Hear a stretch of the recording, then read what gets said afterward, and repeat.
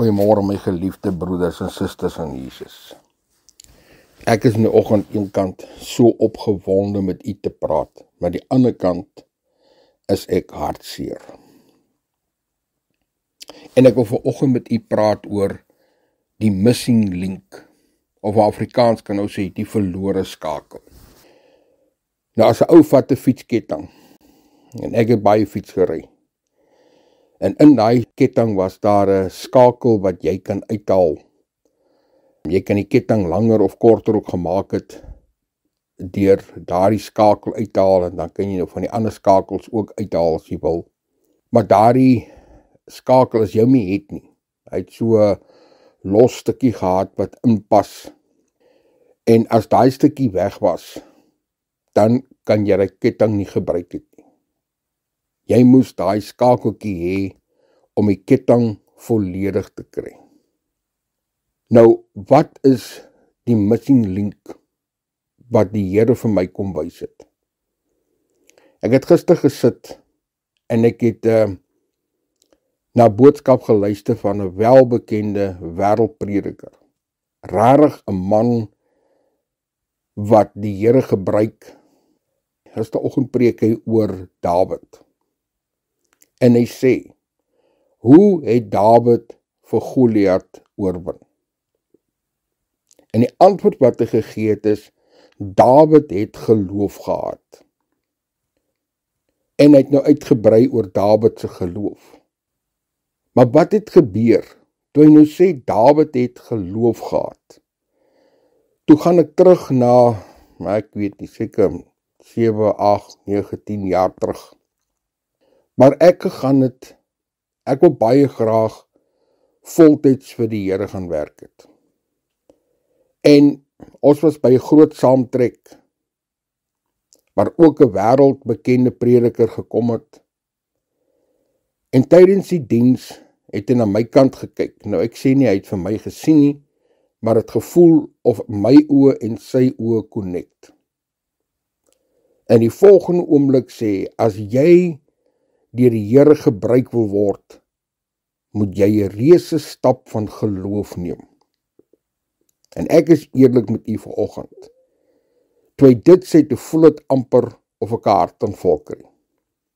Want ek het geweet, 'n tydjie voor hy gekom het ek seker vir plus minus 6 maande vir my 'n taak uitgesit om oor geloof te skryf.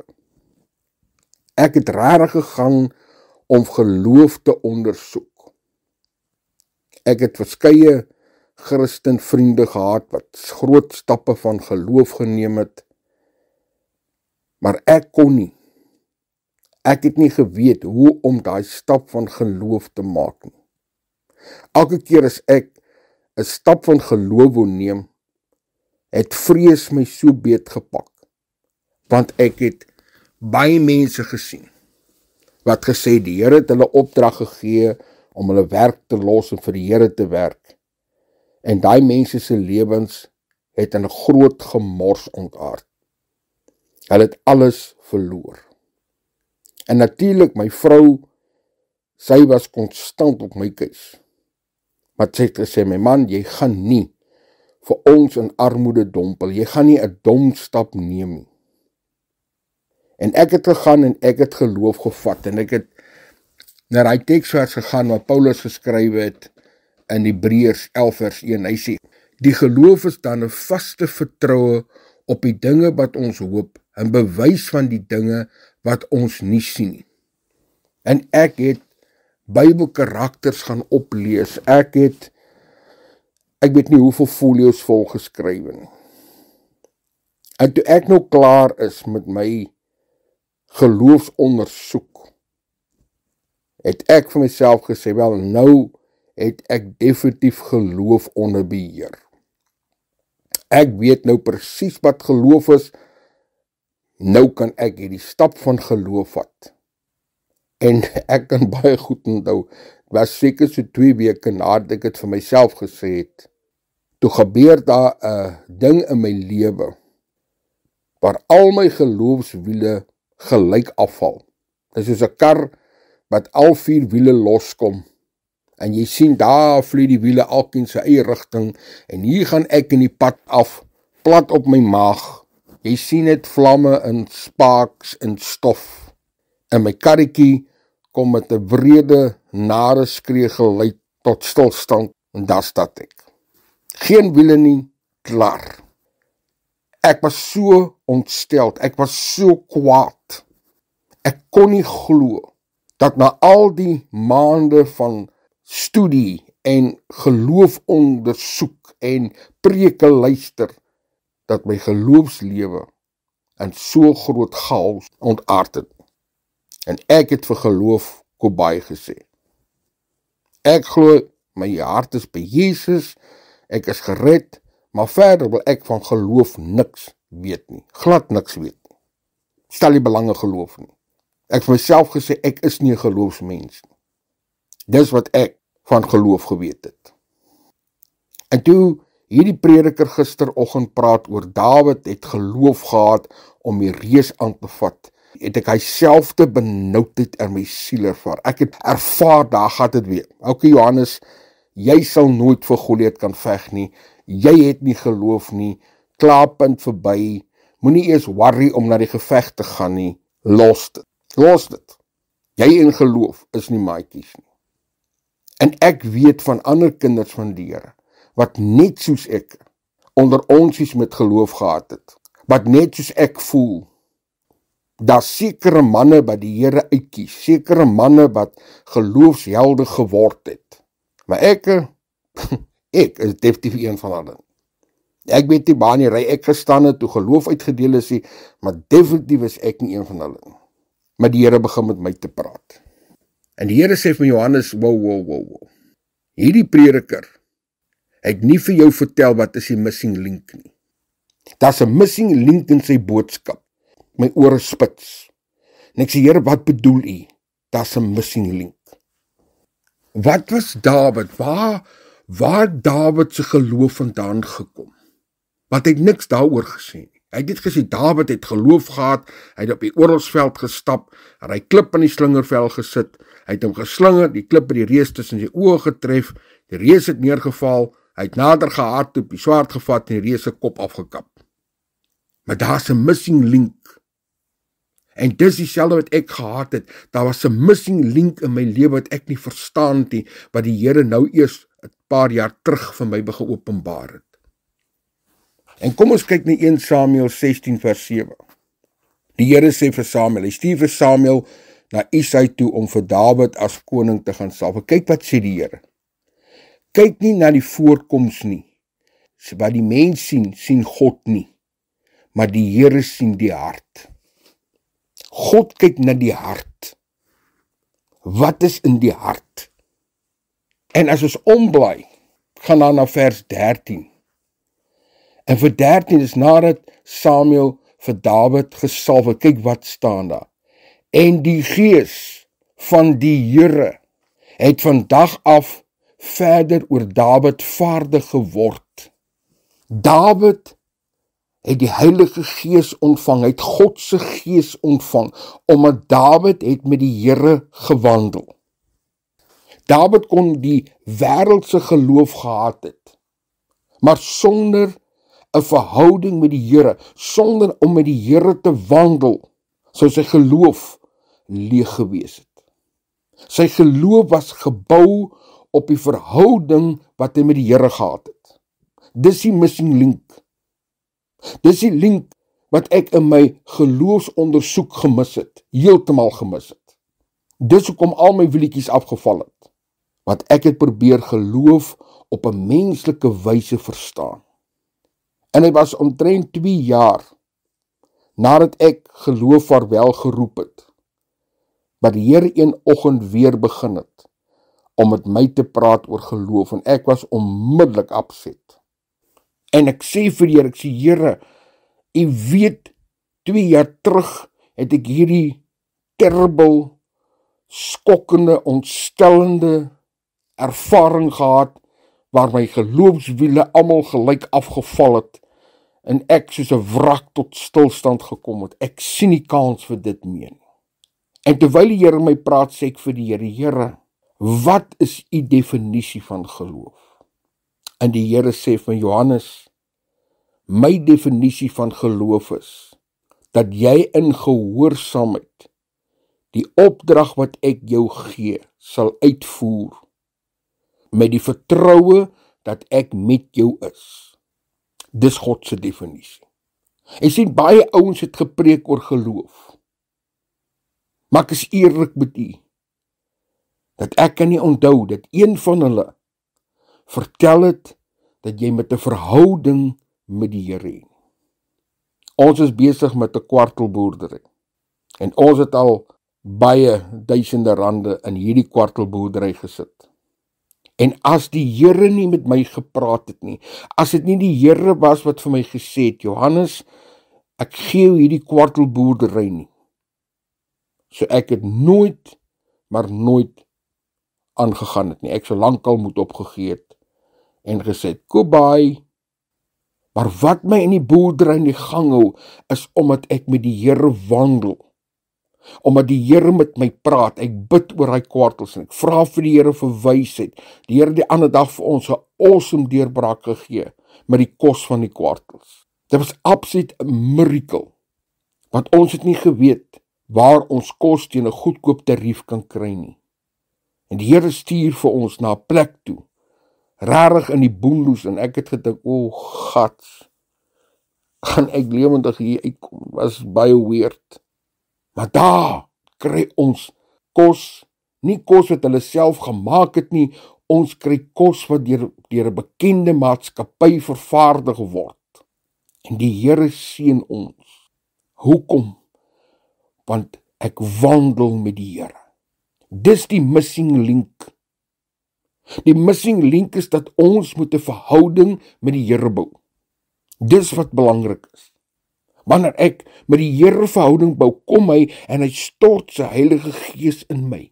Hy sit sy krag in my. Wanneer ek op my knieë gaan en ek praat met die Here en ek kom in sy teenwoordigheid, as ek klaar gebid het, klaar met my ontmoeting was met die Here, dan voel ek soos 'n leeu. En die Bybel gee verskeie voorbeelde waar die salwing van die Here, soos byvoorbeeld oor Gideon gekom het. Die Bybel sê, die salwing van die Heilige Gees het oor Gideon gekom en het sy ramshoring gevat en geblaas. Hy het nie geblaas omdat gevoelendheid gehad het, of omdat iemand iets gesê het, of omdat hy gedink het was 'n goeie plan nie, of omdat mense om hom gesit het, het 'n raad gehad hier om hom, en die raad het gesê, ons dink is nou die goeie tyd. Nee, die salwing van die Here het op Gideon gekom. My geliefde broeder en suster, ek ervaar nie dat ek hier 'n baie belangrike waarskuwing moet insit. En dit is, 'n mens moet baie seker wees dat voordat jy iets doen, dat dit regtig van die Here kom. Ek het ook baie foute gemaak, omdat ek op gevoel iets gedoen het, en dis uiters gevaarlik, want 'n mens kan mislei word. Mense praat en sê, jong, jy's goed, en wie wat man, ek sien jou in hierdie posisie, en die Here gaan jou gebruik, en van hulle kan profetiese woord wees, en niemand stryd daaroor nie. Maar wat ek en u seker moet maak is dit van die Here? Het die Here gesê, as Dawid op daai slagveld gestap het na Goliat, en dit was nie van die Here nie, sou Dawid dood gewees het. Maar Dawid het geweet, dit kom van die Here af. Net so het Gideon het verskeie male gaan seker maak, dat dit wat hy moet doen, dit wat die engel vir hom gesê het, is van die Here af. En dis wat ek baie van Gideon hou. Gideon het nie net op die inging van die oomblik weggetrek, en daar gat hy nie. My broers en suster, ek was al in moeilike situasies, omdat leiers en vriende my in 'n gat in die kop gepraat het. Hulle het mooi woordjies gebruik. Hulle wou gehad het ek moes iets doen. Iets waarvoor die Here my nooit aangestel het nie. Iets wat die Here nie wou gehad het, ek moes gewees het nie. En ek kan vir u vandag sê, was dit nie vir die Here se hand van beskerming, wat my in hy, hoe moet ek dit nou sê, omstandighede waar ek nie moes wees nie beskerm het nie, wil ek nie weet waar ek vandag was nie. Moenie dat mense vir jou dinge inpraat nie. En onthou net, Satan gebruik mense. Hy gebruik mense om jou gehoor te streel, hy gebruik mense om ons van koers te verander, en dit kom nie van die Here nie. Aan die ander kant weer, moet ons verstaan, God het 'n tydtafel, en sy tydtafel is nie ons tyd nie. Baie keer, waar ek al lankal gehad het, die Here moes dinge deur my lewe gewerk het, en dit het nie so gewerk nie. Want die Here se tydtafel is nie my tydtafel. En ek moes leer, dat die Here gaan op sy tyd opdag. Die Here gaan, ek moet net geduldig wees, ek moet wag. En 'n dierles wat ek ook al geleer het is, pas op om jou eie planne te maak. Pas op, want kyk wat het Abraham oorgekom. Sara wou nie wag nie. En Sara se begeerte was, sy wou kind hê, en wat doen Sara? Sara praat vir Abraham om en sê, man, vat my slavin, kry 'n baba by haar. En toe, vandag is Ismael die grootste vyande van Isak, omdat Abraham was nie waaksaam nie. En dan vat ons vir Josua, en die Gibeoniete het onder die volk van Israel beweeg.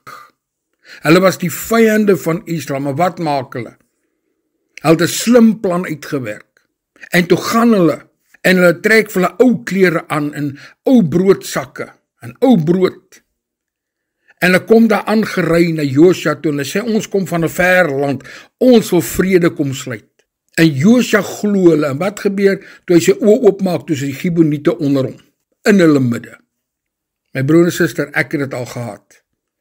Ons het 'n jeugkamp gereël, en ewe skielik daag die 4 jong manne by my huis op, en hulle sê, die Here het ons gestuur, om jou te help met die jeugkamp. Ek is in die 7de hemel, ek het nie eens gaan bid nie, ek het nie vir die Here gevra, kom hulle van die Here af, ek sê, halleluja, die Here stuur 4 manne, en 2 weke voor die kamp, toe is daar die manne wat gesê het, God het hulle gestuur, toe drop hulle my soos 'n warm patat, hulle los my, en daar gaat hulle, en daar sit ek, en my seun het diep seer gekry, die vyand het my seun seer gemaak deur daai 4 ouens, en ek het nie raak gesien, dat hulle het nie van die Here afgekom nie. My broer en suster, ons moet waak, die duiwel is slinks, gaan maak seker of dit wat in jou hart is van die Here kom, gaan maak seker jou tydsberekening is reg, gaan maak seker jy het gehoor wat die Here sê. Ek het 'n visioen gehad, een oggend terwyl ek bid, gee die Here my visioen, en ek sien 'n hawe, en daar lê 2 skepe in die hawe, daar is ander ook, maar ek sien toe die 2 skepe, hulle is wit, en die ene bietjie kleiner as die ander, en ek het onmiddellik geweet, dis ek en my vrou, en ek sê vir die Here, maar wat maak ons in die hawe? Ons moet uitwees, ons moet siele wen vir, ons moet mense gaan help, en ek sê, Here, lig die ankers, dat ons kan ry, ons moet gaan, en die Here sê, die ankers is gelig, en ek sê, Here, maar as die ankers gelukkig, hoekom ry ons nie? En die volgende, ek sien ek hierdie massiewe dik ketting, wat aan die kaai vasgemaak is, en ek het nie vir die Here gevra, wat die ketting is nie, maar ek het onmiddellik in trane uitgebars, want eerste ding wat ek gedink het, die ketting is, dis my werk, en toe het ek gegaan, ek was so ontsteld, ek is eerlik met ek was so diep ontsteld, sê die Here nou vir my, ek moet my werk bedank. En gelukkig het ek 'n herder gehad, 'n geestelike leier, wat volwasse was en my kon help. Ek het met die leier afspraak gemaak, het ek hom gaan sien, en ek het daar in trane gesit voor my gesê, wat sê die Here nou? En hy het my gesê, Johannes, as jy emosioneel is, maak jy geen besluite nie. Geen. Want jou emosies gaan vir jou in verkeerde rigting stuur. En dis nie iets wat ek wil gehoor het nie.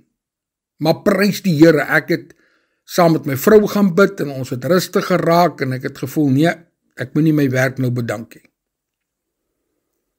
En my broer sê, dit is 'n hele paar jaar later, was nou in die jaar, toe ek weer met die Here praat oor daai droom, toe sê die Here vir my, dit was nooit jou werk nie. Daai dik ketting wat jou vasgehou was die kerk het jou binne vasgehou.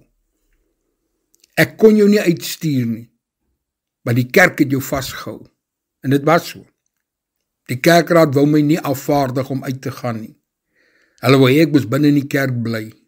En ek het binne in die kerk gebly. Maar die Here wou my uitstuur en daai ketting het my vasgehou. Wat 'n groot flop sou ek gedoen het as ek my werk bedank het. Ek loof die Here vir 'n leier wat my kon reg help op die regte pad. Dat ek nie 'n dom besluit geneem het. En ons sal nog eendag praat oor die 7 maniere hoe die Here jou lei. Dis ook 'n boodskap wat ek van 'n baie getroue leier gekry het. Die 7 begeleidingsstelsels wat die Here het in ons lewens. Maar ek pleit by u, moenie iets gaan doen omdat jy voel jy moet dit doen nie. Moenie iets gaan doen omdat jy sien niemand doen iets nie. Dis een van my groot foute. Ek het altyd vasgehou in daai skrif wat sê, dit wat jou hand vind, doen dit. Maar my broer, dit is nie altyd wat ons moet doen nie. Ons moet by die Here hoor, is dit sy wil? Is dit van die Here af? En die Here moet dit vir ons op verskeie maniere bevestig, omdat die Satan gaan ook probeer. Hy gaan jou probeer mislei. En hoeveel kinders van die Here lê soos wrakke langs die lewenspad. En ek sal nie sê dis hulle skuld nie, maar omdat hulle onkundig was en niemand vir hulle gehelp het en daar was nie iemand wat wys was om hulle te help nie, lê hulle langs die pad. En ek wil vir julle sê, een van die grootste hartseer dinge vir my is dat die Christen weermag is die enigste weermag wat sy gewonde soldate doodskiet. Ek het hoeveel keer gesien. Wanneer jy gewond is, wanneer jy seer is, skryf hulle jou af. Hulle gooi jou een kant. Hulle wil niks meer te doen hê nie. Ek weet wat dit is. Ek was vir 2 jaar in depressie. My Christen broers wil my nie help nie, wil niks mee te doen hê nie. Het gevoel of ek 'n aansteeklike siekte het. Maar prys die Here het my nie gedrop nie. Die Here het my deur daai 2 jaar van hel gevat en my ander kant uitgehaal sterker. Maar weer eens, dit het 2 jaar gevat. Ek wou gehad die Here moes my verlos na 6 maande. Dit het 2 jaar gevat voordat die Here my uitgehaal het. Want in daai depressie het ek geleer om die Here te vertrou. Ek het geleer om op my knieë te bly. Ek het geleer om weerstand te bied toe selfmoordneigings na my toe gekom het. En die vyand wou gehad ek moes my lewe eindig. Maar prys die Here. Die Bybel sê, God sal nie toelaat dat ons bo ons kragte versoek en getoets word nie. So wat ek vir u wil ernstig sê is, hoor by die Here. Maak seker wat jy hoor is van die Here. En ek sal kyk, as die Here my genade het, om oor daai 7 begeleidingsstelsels te praat, om u te help. Moenie wanneer jy emosioneel is, reageer nie. Moenie op wat mense sê reageer nie. Gaan bid dit deur, gaan praat met jou vrou, of praat met jou man, of praat met geestelike kinders van die Here, ware kinders van die Here. Wat jy weet 'n pad met die Here stap, praat met hulle. En vra hulle om saam met jou te bid vir wysheid. En luister wat hulle sê, wees nederig. Baie keer is die antwoord wat ons kry nie wat ons wil hoor nie, maar dis die antwoord wat ons moet hoor. Baie keer is die Here se nee, nie wat ons wil hê nie. En ek pleit by, ek wil nie iemand 'n fout maak nie. Ek wil hê iemand ook die hande brand soos ek myne gebrand het. Kom ons hoor wat die Here sê. Dis die missing link. Die salwing van die Heilige Gees het op Dawid gekom en Dawid het geweet hy moet op hy slagveld stap en vir Goliat aanvat. En omdat Dawid 'n verhouding met die Here gehad het, hy het met sy harp gespeel. En die Bybel sê daar toe Saul daai bose gees in Saul was, maar het Dawid gekom en hy het op sy harp gespeel en hy bose gees het Saul verlaat. Hoekom het die bose gees Saul verlaat? Want wanneer Dawid op sy harp speel en hy sing vir die Here, het die salwing van die Here gekom en die bose gees kon nie in die teenwoordigheid van die Here bly nie. Ek onthou ek het geloseer in Goodwood. Een Saterdagoggend het ek op my knieë by my bed gestaan en met die Here gepraat en ek raak bewus van daar's iets in my kamer En toe ek my oë oopmaak, toe staan daar 'n swart man. Sy kop het aan die ceiling geraak. Sy boarms was dikker as my bobeen. Hy was gespierd. En ek het geweet, hier's moeilikheid. Hierdie man, en hy's by die deur. Daar's nie 'n manier dat ek eers uit my kamer kan kom nie. Hy staan tussen my en die deur. En ek het geweet, ek gaan tweede kom in die fight. Hy gaan my oprol soos 'n balletjie. En al wat ek kon doen is dat ek het begin huil en begin pleit en gesê, Here, ek weet nie wat in my kamer aangaan nie. Ek weet nie hoe hierdie ding in my kamer gekom het nie, maar ek weet ek is in die moeilikheid. Help! Hoe lank ek gebid het, hoe lank ek vir die Here gesmeek het, ek weet nie. Maar toe ek my oë oopmaak, toe is hy weg. En ek het gaan hulp vra. En toe sê hulle vir my, Johannes, gaan kyk, wat is in die kamer langs aan jou? Ek het 'n stoepkamer gehad. As ons gaan eet het, dan moes ek uit die stoepkamer in die agterdeur gaan in die kombuis en dan jy dadelik weer gedraai het. My kamer was nou die huisekant. As jy dadelik gedraai, dan jy in 'n tipe van 'n sitkamertjie ingestap. En toe ek daar instap, toe sien ek op die kaggel staan 'n Boeddha beeld. En toe weet, daai bose gees het uit die beeld uitgekom. Hoekom? Omdat terwyl ek die Here geloof en geprys het, terwyl ek God se aangesig gesoek het, ek in die salwing van die Here gekom het, was God se heerlikheid in daai kamer. En hy bose gees kon dit nie meer handle nie, want ek was besig om sy veilige huisie wat hy gehad het, vir hom die lewe warm te maak. Ek het ervaar in my lewe, dat wanneer die salwing van die Here met my is, daarom is dit vir my so belangrik, ek moet elke dag in die teenwoordigheid van die Here kom. Ek moet die salwing in my lewe hê, ek moet God se teenwoordigheid ervaar. Maar as ek die oggend in my gebedskamer is en ek ervaar die salwing, die teenwoordigheid van die Here, dan weet ek kan die dag ingaan en wat ook al op my pad kom, gaan ek oorwin en verslaan in die magtige naam van die Here. En ek weet as die Here vanmôre vir my sê, Johannes, ek wil jy moet nou bedank, jy moet nou klaarmaak met jou werk, dan sal ek die Here vertrou, want ek weet hy het met my gepraat. Want ek praat met die Here. Ek gesels met die Here. En ek glo wat die Here vir my sê. En vanoggend kom ek na u toe. En ek pleit by, moenie dat die vyand vir jou vertel, jy's 'n loser nie. Moenie dat die duiwel vir jou vertel, God kan jou nie gebruik nie, want jy het nie geloof nie. Dis wat hy met my gedoen het. Vir jare het hy vir my laat glo dat ek is 'n mislukking. Hy laat glo dat is net sekere godsmanne wat die salwing het, net sekere godsmanne wat die geloof het. Die missing link is, ons moet 'n verhouding met die Here bou. Heilige Gees herinner my wat Jesus se opdrag aan sy disippels, wat hy het met die disippels gesê, gaan maak disippels van alle nasies, volke en tale, doop hulle in die naam van die Vader, die Seun en die Heilige Gees, en leer hulle om alles te onderhou wat ek julle geleer het. Die probleem is, en ek was in baie kerke, daar word die disippels gemaak nie. Want 'n disipel is iemand wat geesvervuld is, wat deur die Here gelei word. Baie kerke maak volgelinge. Hulle wil nie disipels hê nie. Want 'n disipel is iemand wat met die Here wandel. En die Here openbaar vir jou as daar sonde is. Hy openbaar vir jou as daar dinge is wat nie reg is nie. En baie geestelike leiers wil dit nie hê nie. Hulle wil nie hoor as die Here hulle vermaan nie. My geliefde broeders en susters, ek kom nie na u toe dat ek beter is as ander mense nie. Ek is oop vir vermaaning.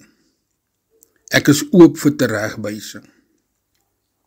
Want wat ek geleer het is, dat as my medebroers en susters na my toe kan kom en sê, Johannes, volgens die woord van die Here, fouteer jy hier, dan hou hulle my op my tone. Ek moet seker wees, dat ek bly binne die woord van die Here, en ek bly by die Here. Ek wil onder geen omstandighede hê, dat veral hoogmoed in my lewe moet kom nie, want God weerstaan die hoogmoediges. Een Bybelvertaling sê dat God haat die hoogmoediges. Ek wil nie oorgaan dat God my moet haat nie. En daarom vrywaar ek my nie.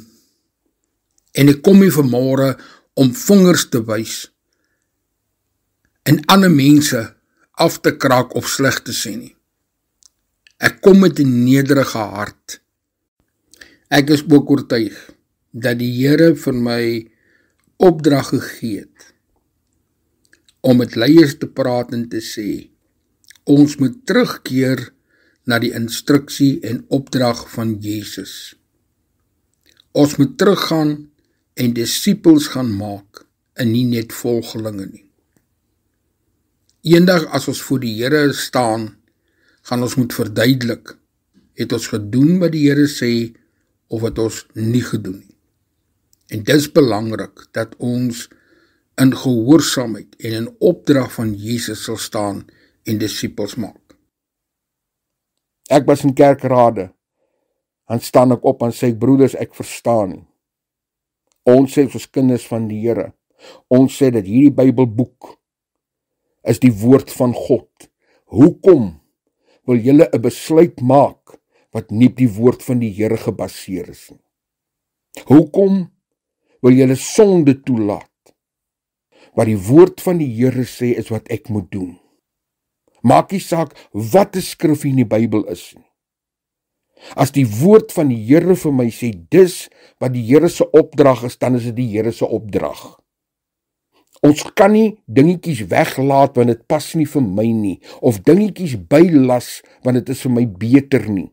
Ek moet die woord van die Here vas en lewe volgens God se woord, klaarpunt verby. In Openbaring staan dit, jy kan nie bysit by die woord van die Here, jy kan nie weghaal van die woord van die Here. Wat jy sien, baie keer word die woord van die Here verdraai om mense gelukkig te hou. Die broer gee so groot tiende, ons kan nie nou vir hom opset nie, ons kan nie sonder sy tiende nie. Net daar kom die duiwel aan die sinkieskip. My broer en suster, toe die Here my roep, en vir my stuur na Smarty Town toe, was hy vir my gesê, jy gaan onder die covering van die kerk uit, jy gaan terugval, jy het geen support nie. Prys die Here het my uitgehaal.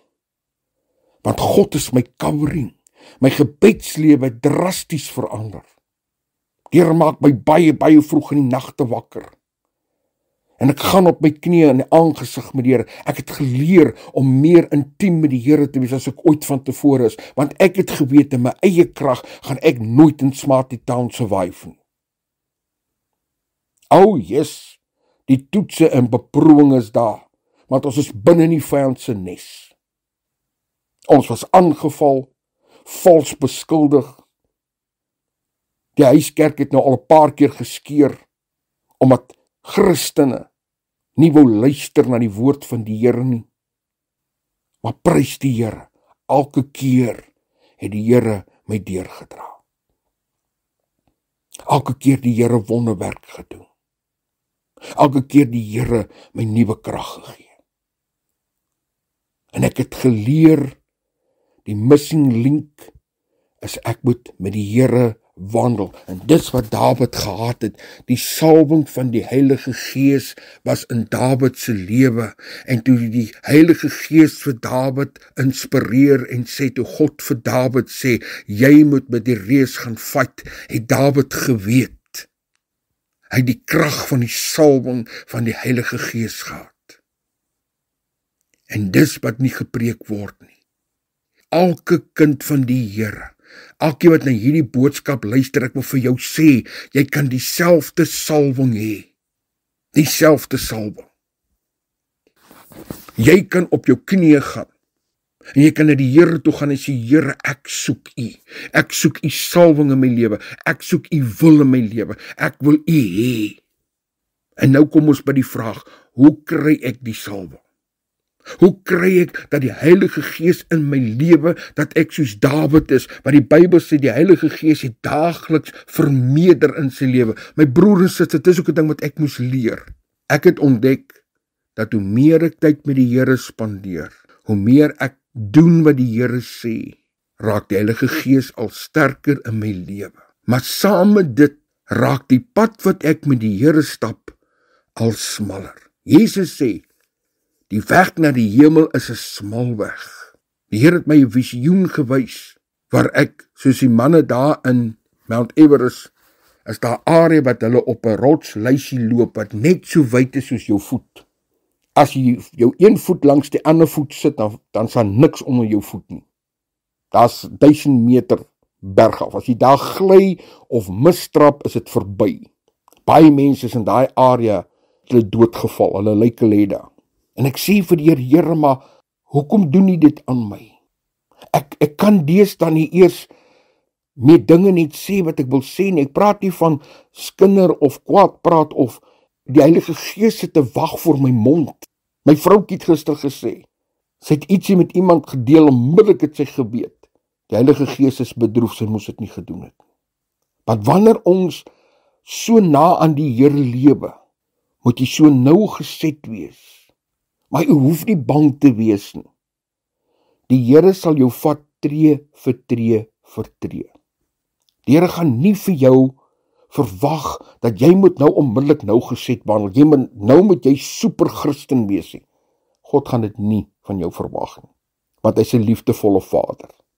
Die Here gaan vir jou stelselmatig dieper en dieper en dieper vat, want die woord sê, hy sal nie toelaat dat ons bo ons kragte versoek word nie. Die Here trek ons in, al nader en nader aan hom, as ons hom toelaat. So moenie bang wees nie. Die vyand gaan vir jou sê, nee man, jy's nie geestelik genoeg nie. Bestraf sy boosheid. Jy kan. God het jou geroep. Hy wil met jou wandel. En hy gaan nie van jou verwag om 'n Goliat te gaan aanvat as jy nog nie geleer het om die beer en die leeu te verslaan. Want geen opregte paas gaan van sy kinders verwag om dinge te doen wat hulle nog nie voorgereed is nie. Ek sal nooit vir my kind 'n pistool gegee het in sy hand, 'n regte lewendige pistool in sy hand gee toe hy 16 jaar oud was. Want ek het geweet, hy het nog nie die opleiding om 'n pistool te hanteer, nog nie daardie know-how en daardie veiligheid aspekte in sy lewe nie. Hy het nog nie die responsibility om daai 9mm pistool te hanteer nie. Maar my seun wat nou 33 is, hy werk vir 'n veiligheidskompanie. Ek sal met die grootste liefde vir hom 'n 9mm gee. Ek sal tot vir hom 'n masjiengeweer koop as ek kan. Want ek weet, ek kan in sy lewe sien, hy werk met 4 wapens elke dag. Hy weet presies, hy sê, papa, ek moet dit doen, ek moet so maak, die wapen moet in die kluis toegesluit word, ons moet seker maak, hy's baie oor veiligheid. En ek weet, ek kan hom vertrou.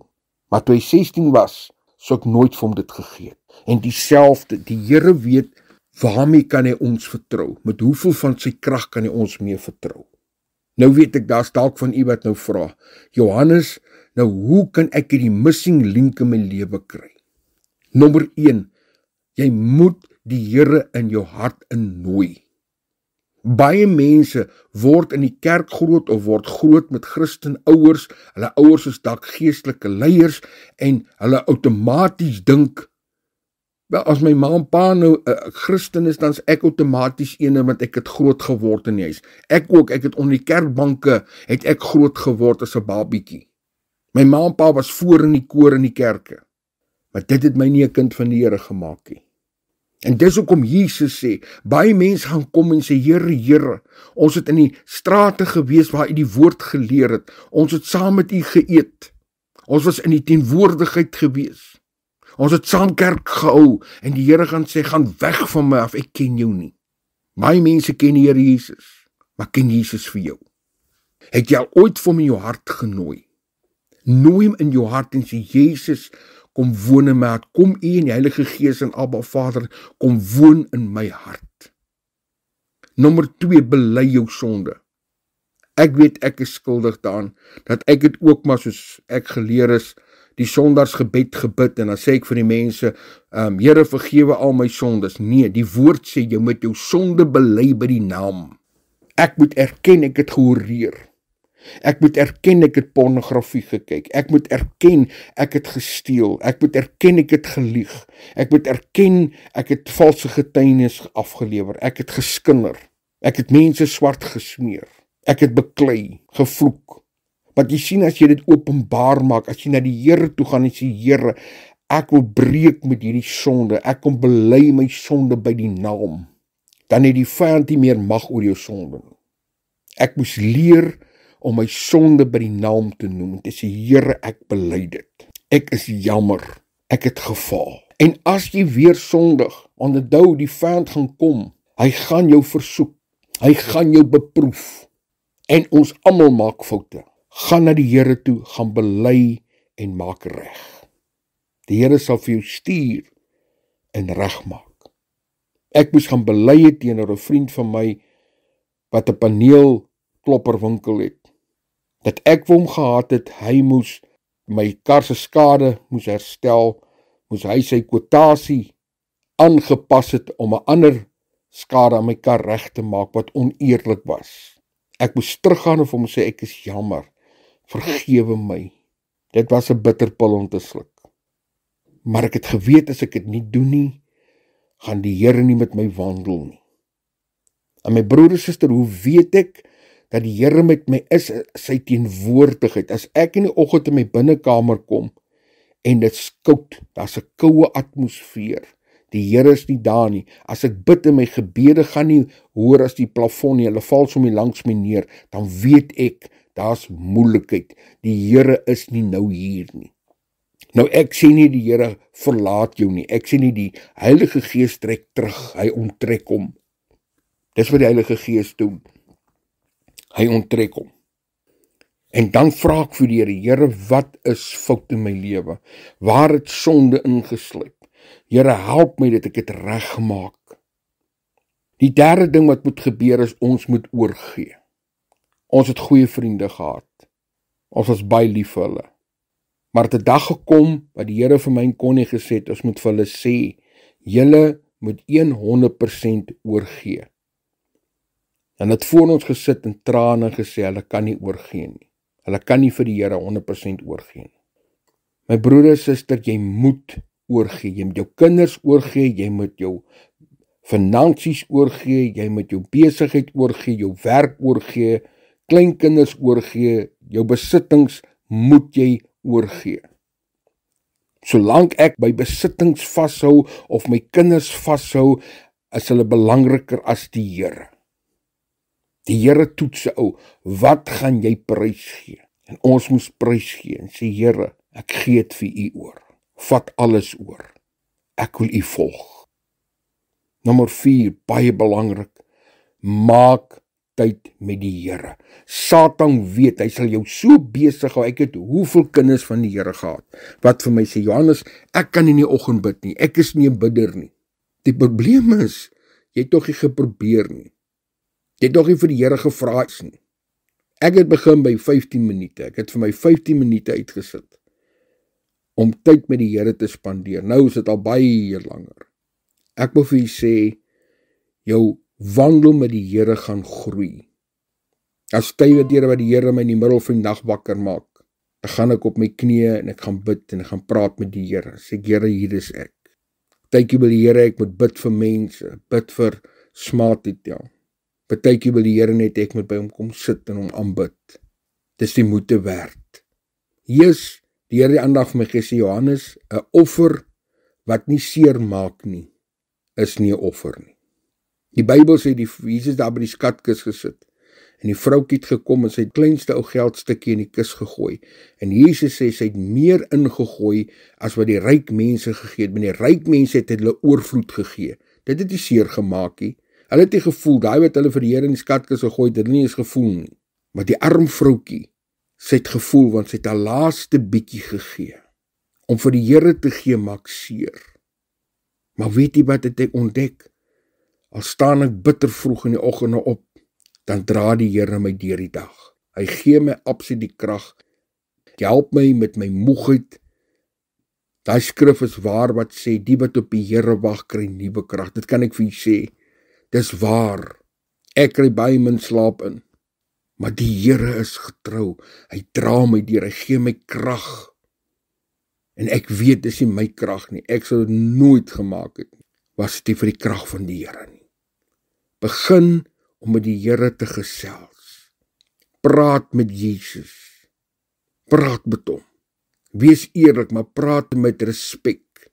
En my broer en suster, die woord van die Here leer ons, ek weet nie hoe Afrikaans dit te sê, my Engels is the fear of the Lord. The fear of the Lord beteken nie, jy moet bang wees nie, jy moet angstig wees nie. Maar the fear of the Lord is dat ek moet respek hê. Ek moet weet, Jesus sê, ons moet God die Vader respek vir hom hê, wat ons kan laat doodgaan en ons siel in die hel kan werp. Ek kan nie met die Here arrogant raak nie. God is God. Ek kan nie sonde in my lewe toelaat en verwag die Here moet happy daarmee wees nie, hy gaan nie. As ek deur die Here gebruik wil word, dan wil ek vir die Here sê, Here help my om nougeset te wandel. Ek wil wandel volgens u woord. Ek moet respek vir die Here hê. Ek kan nie meer doen en maak en breek wat ek wil nie. Ek kan nie meer aantrek wat ek wil nie. Hier by ons raak dit in die somer verskriklik warm. 40 grade plus. En ons is daar in klein huisies. En is warm, daar's nie weiers nie. Maar die Here het my hart gelê, ek kan nie met 'n kort broek gaan nie. Uit respek vir die Here en respek vir ander mense moet ek 'n lang broek aantrek. Ek kan 'n kort my hemp aantrek, maar ek moet met 'n lang broek gaan. Jy moet respek vir die Here hê en respek vir jou liggaam hê. En vir al die vrouens, baie vrouens wil die mode sê, as jy die Here dien, moet jou liggaam bedek wees. Dis wat die woord van die Here ons leer. Jy moet uitstaan vir die Here. Ja, hulle gaan jou noem, jy's 'n ou tannie en ek weet nie wat als nog nie, maar jy het 'n keuse. Gaan jy doen wat die woord van die Here sê, of gaan jy saam met die stroom gaan? Dit is belangrik dat ons klere drag, moet getuig, dat ons kinders van die Here is en respek het vir ons liggame en respek het vir God. Want die Bybel leer ons liggaam is 'n tempel van die Heilige Gees. En ek kan nie met hierdie tempel maak en breek wat ek wil nie. Ek moet doen wat die Here vir my sê. En die volgende punt is, doen wat die Here se woord sê. As die Here sê, vergewe jou vyand, vergewe hom. Ja, maar Johannes, jy verstaan nie. Nee, jy verstaan nie. Eendag voor God die Vader gaan jy nie verskonings hê, hoekom jy nie gehoorsaam is nie. Maklik is dit nie. Die Here het nou al 'n paar keer vir my gesê, ek moet 'n offer bring. En dit is moeilik geweest, dit moet ek vir sê, dit was baie moeilik. Maar ek het geweet, dit is 'n toets. Nou die ander dag het ek 'n offer gebring, maar toe het ek gedink, nee, wag, ek gaan die offer met voorwaardes bring. Toe kom die Here na my en sê, Johannes, is dit 'n offer wat jy gegee het? En ek moes onmiddellik sê, nee, Here. 'n Offer is iets wat ek totaal gee, sonder om enigiets terug te verwag. En toe sê ek, goed, Here, ek offer. Ek gee dit totaal oor vir u. Vat dit, Here. Yes, dit het seer gemaak. Maar ek het vir die Here gesê, Here, ek weet, u sal voorsien. Doen wat die Here sê. En moenie voorwaardes stel. Moenie jou eie gedagtetjies hê nie. Doen wat die Here sê. Wees gehoorsaam aan hom.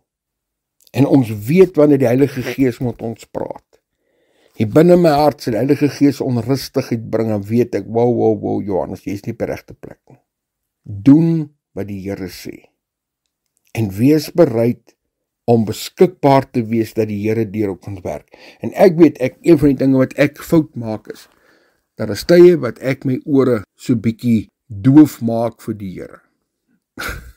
Ek bely dit teenoor u. As party aande wat ek net in die bed wil lê en ontspan. Ek wil 'n rekenaarspeletjie speel. Ek het nou nie lus om te gaan bid, om met die Here tyd te spandeer, of om in my binnekamer te gaan sit nie. Dan maak ek my ore bietjie doof. Ek sukkel nog daarmee. Dit gaan al baie beter. Maar is moeilik. Ek moet vir sê, met die Here te wandel is nie elke dag maanskyn en rose nie. Want die Here verwag, ons moet alles op die altaar lê. Alles. Begin met die Here te wandel, en jy gaan sien hoe die Here vir jou optel en jy gaan ontmoetings met die Here hê. Nou weet ek was al die jare geleer, ek moenie in gevoel lewe nie. Maar my broer en suster, dis 'n halwe waarheid. En kom ons stel dit sommer reguit. Die vyand gaan kom, die dag wanneer jy tot bekering kom en die Heilige Gees, jy word gevul met die Heilige Gees. Dit gaan awesome wees. Jy gaan die krag van die Here ervaar, jy gaan sy teenwoordigheid ervaar. Maar daar gaan tye kom wat jy gaan voel, Here, waar is U nou? En die vyand gaan na jou toe kom en sê, weet jy wat? Man, jy's 'n loser. Jy het gesondig, jy het gefouteer. Die Here is nie met jou nie. Gee op. Hierdie Christendom is nie vir jou bedoel nie. Man, hy's 'n leienaar uit die put van die hel uit. Ek moet vashou in my bekering. Ek kan nie gered voel net wanneer ek voel ek is gered nie, wanneer dit goed gaan nie. Ek moet die Here vertrou ongeag of ek siek is, of daar huweliksprobleme is, of 'n finansiële probleem is. Ek moet in die Here vas staan dat my lewe is in die hand van die Here. Klaarpunt verby. Maar waar gevoel baie belangrik kom is, as ek in my binnekamer kom, en ek ervaar nie die Heilige Gees se teenwoordigheid nie, dan weet ek daar's moeilikheid. As die salwende krag van die Heilige Gees my nie ontmoet nie, dan is daar moeilikheid, dan weet ek moet gaan kyk wat is verkeerd. En baie keer is dit nie, ek het iemand doodgemaak nie. Ek het gelukkig nog nooit iemand doodgemaak. Maar Jesus sê, as ek iemand haat, is dit net so goed ek het hom doodgemaak. Baie keer is dit klein dingetjies. Jesus sê, dis klein jakkelsies wat die wingerd verniel. Dis daai klein dingetjies wat ek en jy dink, ag man, niemand weet nie. Ek onthou, dis baie jare terug, seker 30 jaar, 35 jaar terug. Ek was 'n vakleerling en ek en Connie was pas getroud, ons het in 'n woonstel gebly en ek wil graag 'n braai hê, maar daar was nie geld, ons het net nie geld gehad om 'n braai te koop nie. Toe sien ek by die werk weer daar 'n klomp ou skrap daar buitekant. Toe vra ek nou vir die bestuurder, daar kan ek nie van die skrap vir my braai bou. Ja, sê nee wat, hy sê as ek nou vrye tyd het, dan kan ek nou 'n braaitjie bou. En so het ek nou die skrap bymekaar gemaak en vir my baie oulike mooi braaitjie gebou. En soos ek die Vrydag agtermiddag toe klaar is, toe ek met braaitjie huis toe. En Saterdag toe staan ek nou lekker en braai op die stoepie van die woonstel. En Sondagmôre toe weet ek, my geestelike krag is afgesny. Die Here is nie daar nie. En ek het geweet waar dit gegaan het. Ek het onmiddellik geweet. Die Here is nie gelukkig oor die braaitjie wat ek gebou het met die maatskappy se materiaal. Al was dit skrap, ek kon dit nie vat nie. Ek het na die Here gegaan en gesê, Here, ek is jammer. Ek was ongehoorsaam. Ek het hierdie braaitjie gebou, maar ek het dit met gesteelde materiaal gebou. Ek glo as ek die Here vertrou het, sou hy vir my braaitjie gegee het, maar ek het daai tyd nog nie die Here so vertrou nie. Maandag het ek vir braaitjie in die kar gesit, teruggery werk toe, en die ouens my gevra, nou wat maak jy nou, kom bring jy vir braaitjie terug, en ek sê, ek kan hom nie vat nie, dis diefstal, ek gee terug, want ek kon nie sonder die salwing en die teenwoordigheid van die Here gaan nie. Breek met dit wat jy moet breek. Ek het 'n rekenaarspeletjie gespeel, ek is baie lief vir die speletjie. Die oggend toe ek bid, toe is die Here se teenwoordigheid hier daar, en ek gaan na ek sê, Here, wat is in die gang? En die Here sê vir my, daai speletjie wat jy speel, moet jy gaan afhaal van jou rekenaar. Ja, ek het dit afgehaal, teruggelaai, afgehaal, en toe is dit klaar. Ek bely dit. Ek wil hê u moet dink, ek is 'n super Christen. Ek is nie, ek is net soos u. Ek sukkel ook met gehoorsaamheid. Ek kom ook baie keer na die Here met verskonings. Ja, Here, maar wat vir my kleinkinders? Hulle wil die oupa moet saam speel.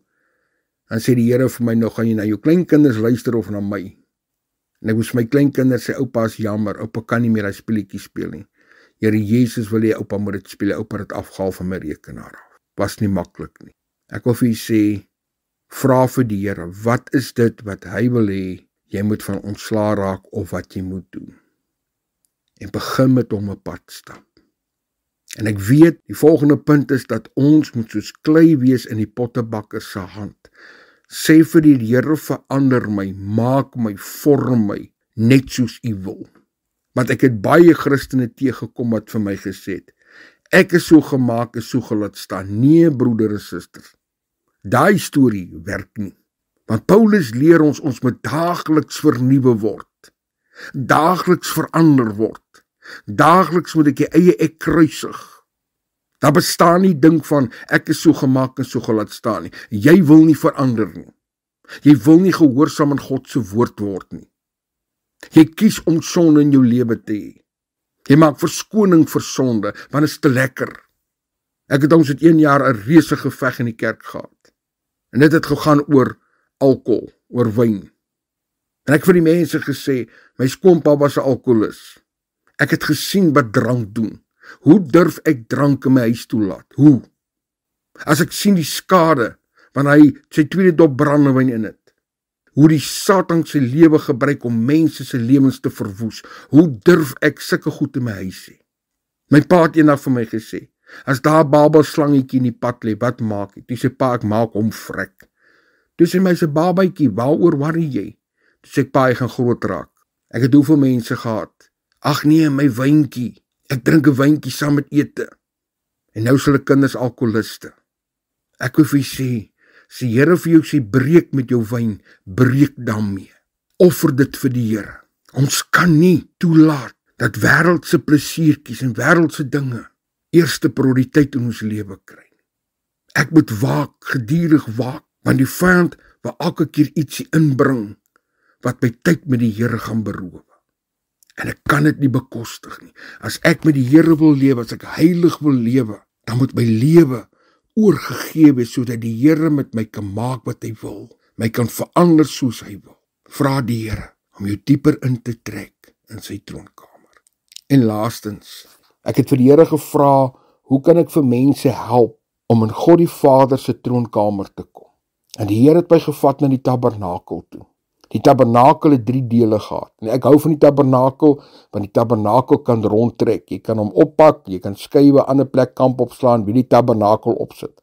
As jy by die tempel kom, dan staan hy vas. Ek wil 'n tabernakel hê. Ek wil die Here moet saam met my gaan oral waar ek gaan. Dis hoekom ek van die tabernakel hou. Voorportaal praat van Jesus. Dis waar die altaar was waar geoffer moes word. En wat so wonderlik is van die voorportaal, dit was oop vir almal. Daar was geen beperkings nie. Heidene en Jode kon inkom in die voorportaal om te offer. Offer jou tyd, offer jou finansies, offer wat die Here vir jou vra. Offer jou plesier. Offers is nie lekker om te bring nie, want dit maak seer. Maar prys die Here. Die salwing wat kom wanneer ons offer, is duisende male beter as die plesiertjie wat dit vir ons sou gegee het. Ek offer liewerste om die Here se teenwoordigheid in my lewe te hê. En gaan na die Here Jesus en gaan en Jesus sê, hy kom vir 'n bruid wat haar klere is sonder vlek en rimpel. My broer en suster, ek moet aktief wees in wat die Here wil hê. Ek kan nie by die huis sit en niks doen nie. My vrou is altyd so, as ons nou uitgaan, dan sy is aangetrek, as sy wil nie sit nie, want dan gaan haar rok krekel.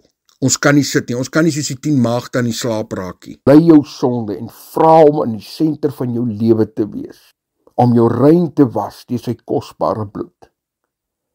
En dan kom ons by die heiligdom. Ek gaan nou baie vinnig hierdeur.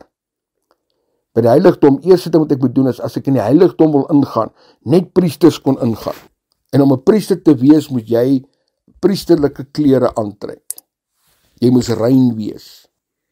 Ek is bekommerd, ek sien baie kinders van die Here aan die slaap. Nee Johannes, ek sit nie, ek wag vir Jesus. Broeder, ek wil in die gang wees, ek wil hê, Jesus sê, wat gaan die Here vind as hy kom aarde, waarmee gaan hy my vind? Hoop en bid, hy vind my op my knieë, of hy vind my besig om iewers te getuig van Jesus. My klere moet nie gekrimpel wees nie. Vlekke is sonde, ek kan nie sonde toelaat. Ek vra aanhoudend vir die Here, Here, deursoek my. Soos Dawid sê, deursoek my hart en my niere. Kyk of daar sonde is, Here. Ek wil breek met sonde. Ek wil rein lewe vir die Here. So ek meld aan vir dienswerk, en ek sê, Heilige Gees, hier kom ek. En daar was 'n waskom, wat gemaak is van spieëls. En die priesters moes hulle gesig, hande en voete was. Jou gesig moet jy was, sodat jou oë kan sien met die Here wil hy moet sien. dat jou oë gefokus is op hom, jou ore op sy stem gefokus is, om te hoor wat die Here, Jesus sê, hy is die goeie herder, en sy skape ken sy stem, ek en jy moet die stem van die herder leer ken.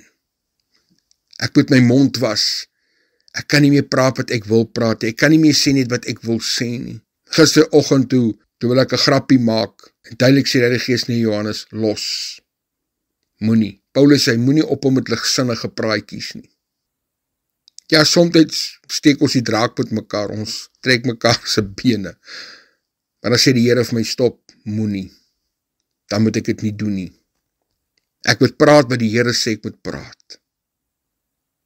Dan moet ek my hande was, sodat die Here my hande kan gebruik. Ek moet my voete was, sodat ek sal stap waar hy my wil lei, en waar hy my wil hê ek moet gaan.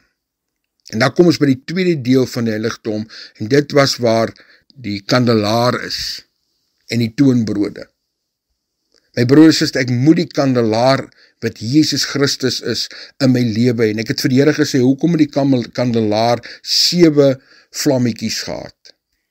En ek het gaan opsoek, en Jesaja sê, daar is 7 geeste wat voor God is, en 7 geeste wat op Jesus gerus het. Natuurlik, nommer 1 is die Heilige Gees, Godse Gees is op Jesus, en dis die Heilige Gees wat in my woon. Maar dan was daar die Gees van wysheid, kennis en insig. Daar was die Gees van berading, daar was die Gees van the fear of God, en die Gees van krag en might. En die vlammetjies moet brand, die Heilige Gees moet my volmaak, want hy is die olie, hy met die kandelaar kom volmaak, sodat ek kan brand. Sonder die salwing van die Heilige Gees kan ek nie die woord lees nie. Die toonbrode gaan niks beteken, sonder dat die kandelaar brand nie. Die kandelaar moet brand en lig gee, en hy moes altyd aan die brand bly, sodat lig is vir die woord. En die woord van die Here is belangrik dat ek het lees, en dat ek toelaat dat die Heilige Gees die woord vir my oopbreek. En ek en Connie is gewoon aan, as ons gaan preek, die Here praat eers met ons. Hy vat hy woord, en ons moet gemould word, ons moet gereinig word, ons moet, dit is baie keer hartseer, want die Here praat harder met ons, as wat hy eintlik met die gemeente praat. Want die woord is die snydende swaard, dit sny eers vir my, voor ek enige iemand anders met die woord kan sny. Lees die woord, vra die Here om vir jou skrif te gee. En dan kom ons by die altaar van wierook. En dis wat staan tussen die heiligdom en die allerheiligste. En dis waar ek en jy God die Vader moet begin aanbid. Om met loof en prys en sê, Abba Vader, U is my Vader. Ek kom na U toe. Ek gee my oor vir U. Ek kom om U te aanbid en dankie te sê, dat U vir Jesus opgeoffer het. Dat Jesus sê, julle kan nie na my toe kom, as my Vader julle nie getrek het nie. Dit was my so mooi, God die Vader in die stilligheid, het hy my getrek na Jesus toe. En prys die Here, nou dat ek met Jesus wandel, gevul is met die Gees, nou kan ek ingaan na Abba Vader toe. Want Jesus sê, hy openbaar die Vader aan wie hy wil. En hy sê ook, niemand kan na die Vader gaan behalwe deur my nie. Ek moet deur Jesus gaan om by Abba Vader uit te kom. En in die allerheiligste was die ark gewees. En eerstens bo op die ark was daai 2 engele wat so gesit het. En dit was die stoel, die stoel van genade, the seat of mercy genoem. En die hoërpriester moes bloed op daai stoel kom sit het. En ek wil vir sê, ons moet ons lewe opoffer. En sê, Here, kom na die stoel van genade. Ek bring myself as 'n offer, om U te verheerlik in die liefde. En in daai ark was daar die kruik met manna, wat praat van God se voorsiening, dat hy sal voorsien. Daar is die 10 gebooie, wat ons moet onderhou. En dan was daar die staf van Aaron, die staf wat praat van God se beskerming, maar ook sy tugtiging. Want daar waar Jesus sê, ek is die wynstok, julle die rankie, en dan sê, my Vader is die landbouer, en die landbouer kom om te snoei. God die Vader doen die snoeiwerk. Lekker is dit nie, kom ek wees eerlik met U. Dat was al 'n paar keer, wat ek gedink het, wow, nou het ek 'n paar lote gegroei, wat nou, hierdie lote, kyk, hulle is nou, man, goeie werk, en as ek weer kyk, kom God die Vader, en ek knip, en haas hulle allemaal weg. En dan sê die Here vir my, nee, daai lote, is lote van hoogmoed en eie ek moes hulle afknip.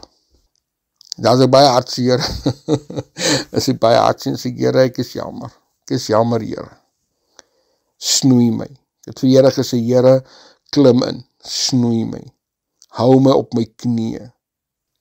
En Johannes sê, as 3 dinge waarvoor ons moet waak vir the lust of the flesh, die vyand kom met last, veral as het kom by seksuele last, ons moet waak daarteen, last om aanvaar te word, last om in te wees, last om dat mense aan ons lippe sal hang, dat mense vir ons eer sal gee. Och, dit is moeilik om dinge te doen, en dan niemand sien dit raak nie, niemand sê, och Johannes, jy is goed nie. Dan moet ek my sterwe, want dit is my eie ek wat wil hê, hy wil eer hê. Die tweede ding met Johannes sê, is lust of the eyes, dit wat ek sien. O, nuwe kar, nuwe huis, nuwe rekenaar, nuwe toerusting, nuwe meubels. Om my oë wat my oë sien, moet ek so wakend voorwees. En deesdae is daar soveel advertensies, orals advertensies, orals probeer hulle goed in jou afsmeer. Sê Here, maak my blind vir die goed, dat ek tevrede is met wat ek het. En laastens is pride, hoogmoed. En hoogmoed is 'n vuil goed. Hy vermom hom so goed. Ek het nou 'n tydjie terug met 'n familielid gesels en ek noem toe sommer net vir hom, man, ek het so vroeg opgestaan vanoggend om met die Here te praat, en net daar sê Heilige Gees vir my, dit was pride wat nou gepraat het. Ek sê, Here, maar ek het niks bedoel nie, ek het niks iets wou gehad het, of om sy neus staan te gevryf het nie, en die Heilige Gees sê vir my, dis pride, en ek moes teruggaan om en sê, ek is jammer, vergewe my asseblief. Die Heilige Gees sê, ek het pride, en ek wil pride in my lewe hê nie, want die Bybel sê, God weerstaan die hoogmoedig is. En baie kinders van die Here sit met hoogmoed in hulle lewe. Hulle wil hê, jy moet met hulle praat nie, wil hê, jy moet enigiets vir hulle sê nie, hulle glo, dit is hierdie super Christene, pride. En dan wonder hulle, hoekom staan die Here hulle tee? Hoekom wil die Here nie hulle seën nie? Want dit staan in sy woord, hy weerstaan die hoogmoediges. Ek kan nie bekostig dat die Here my weerstaan. Ek wil die Here moet my lief hê, moet my vasdruk. Ek wil die Here behaag, wil getrou wees. Hemel Vader, ek het hierdie woord vanoggend gebring wat U my hart gelê het. En ek bid, Here, dat manne en vroue, kinders, oumas en oupas, wie ook al na hierdie woord luister, sal hoor wat U sê, Here, nie wat ek gesê het nie, wat U sê, dat ons die missing link sal terugsit. Die missing link is dat ons met U moet wandel. Want as ons met U wandel, sal die Heilige Gees oor ons vaardig word, en soos hier wat Dawid sê, die Bybel sê, en die Gees van die Here toegeneem dag vir dag, Here, dat die U salwing oor ons toeneem, dat ons met U sal wandel, dat ons die geloof sal hê om die reus aan te vat. Here, sonder die salwing is geloof niks, is 'n dead duck. Ons moet met U wandel, dan sal U die geloof in ons harte sit, en sal U vir ons lei om die reuse aan te vat. Help ons, Here, om 'n intimiteit met U te hê. Ek bid dit in Jesus naam. Amen.